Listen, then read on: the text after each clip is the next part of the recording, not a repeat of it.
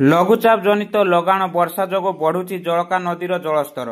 ବିପଦ ସଂକେତ ଅତିକ୍ରମ କରି କ୍ରମଶଃ ବଢୁଛି ଜଳକା ନଦୀର ଜଳସ୍ତର। ନଦୀର ମଥାନୀଠାରେ ବିପଦ ସଂକେତ 6.50 ରହିଥିବା ବେଳେ ସକାଳ 10ଟା ସୁଦ୍ଧା ଜଳସ୍ତର ବୃଦ୍ଧି ପାଇ 6.79 ମିଟରରେ ପ୍ରଭାବିତ ହୋଇଛି, ଯାହା ଫଳରେ ପୁଣି ଜଳକା ନଦୀର ଚତୁର୍ଥ ଥର ପାଇଁ ବନ୍ୟା ଆସିଛି।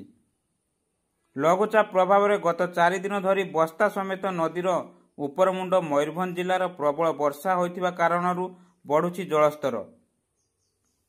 ବର୍ତ୍ତମାନ ବସ୍ତା ବ୍ଲକର 10ଟି ପଞ୍ଚାୟତ ଏବଂ ସଦର ବ୍ଲକର 2ଟି ପଞ୍ଚାୟତରେ ବନ୍ୟା ଦ୍ୱାରା ପ୍ରଭାବିତ ହୋଇଛି। ହଜାର ହଜାର ହେକ୍ଟର ଚାଷ ଜମିରେ ଲହଡ଼ି ମାରୁଛି ବନ୍ୟା ପାଣି। ବନ୍ୟା ପାଣି ବୁଡ଼ି ରହିବା ଫଳରେ କିଛି ଦିନ ପୂର୍ବରୁ ରୁଆଯାଇଥିବା ଧାନ ତଳି ପଚି ନଷ୍ଟ ହେବାର ଆଶଙ୍କା ରହିଛି, ଯାହାକୁ ନେଇ ଚାଷୀମାନେ ଚିନ୍ତାରେ ଅଛନ୍ତି। ଜିଲ୍ଲା ପ୍ରଶାସନ ପକ୍ଷରୁ ଓଡ୍ରାଫ୍ ଟିମ୍ ଏବଂ ଅଗ୍ନିଶମ ବାହିନୀ ନିୟୋଜିତ କରାଯାଇଛି। ବସ୍ତା ବିଡିଓ ଏବଂ ତହସିଲଦାର ବିଭିନ୍ନ ବନ୍ୟା ପ୍ରଭାବିତ ଅଞ୍ଚଳ ଗସ୍ତ କରି ସ୍ଥିତି ଅନୁଧ୍ୟାନ କରୁଛନ୍ତି।